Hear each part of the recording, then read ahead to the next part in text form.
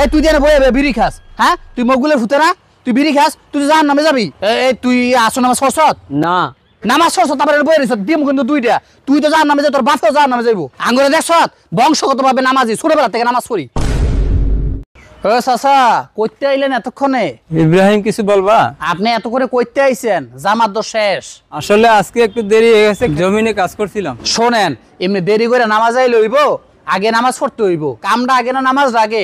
নামাজ আগে, নামাজে ঠিক টাইমে আইতে হইব। এভাবে দেরি করে নামাজ হলে কোনো কাম হইব? জাহান নামে তো যাইবেন। আর আপনার বাতি যারা ঠিক মতো নামাজ পড়ে না কেন, আপনি কিছু কইতে পারেন না?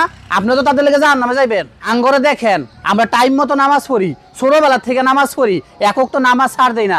আমরা জান্নাতি, জান্নাত তো আল্লাহ আঙ্গুলে গিয়ে বানাইছে। এই কেন তুই কদম আলীর ফুট না? তুই ফাঁস ওয়াক্ত নামাজ পড়তে আইস না, সপ্তাহে একদিন জুমার নামাজ পড়তে আইস, এমনি করে জান্নাতে যাইতে পারবি? তুই জাহান নামে যাবি, তোর ভাই তো জাহান নামে যাইবো।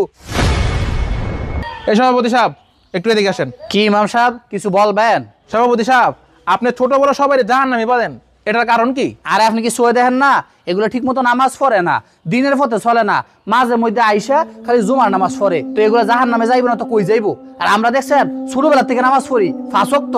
ঠিক আছে আপনি ছোটবেলা থেকে নামাজ পড়েন, কিন্তু আল্লাহ তাআলা যদি বলে তোমার নামাজ আমার পছন্দ হয় নাই, তোমার ওযু আমার পছন্দ হয় নাই, তোমার পেটে হালাল খাবার যায় নাই, তখন আপনি কি করবেন? অপরদিকে তারা যদি আল্লাহর কাছে তওবা করে, আল্লাহর কাছে দোয়া করে, এক ফোঁটা চোখের পানি ফালায়, আল্লাহ তাআলা পছন্দ করে জান্নাত দিয়ে দিল, তখন আপনার কিছু করার থাকবে?